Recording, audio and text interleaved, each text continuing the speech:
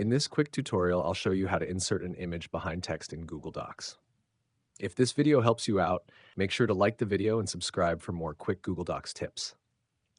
To get started, open your document and go to the top menu. Click on Insert Image and choose where you want to upload your image from. It could be your computer, Google Drive, or even a web search. Once your image appears in the document, click on it to select it. Now, below the image, you'll see a small toolbar with layout options. Click on Behind Text.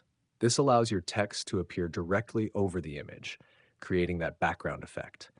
You can then click and drag the image to reposition it or resize it using the blue handles around the corners until it looks just right.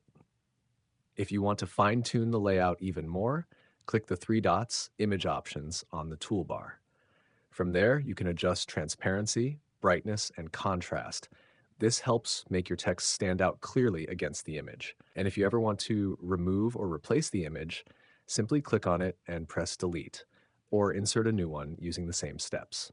And that's it. That's how you easily place an image behind text in Google Docs and customize it for a clean, professional look.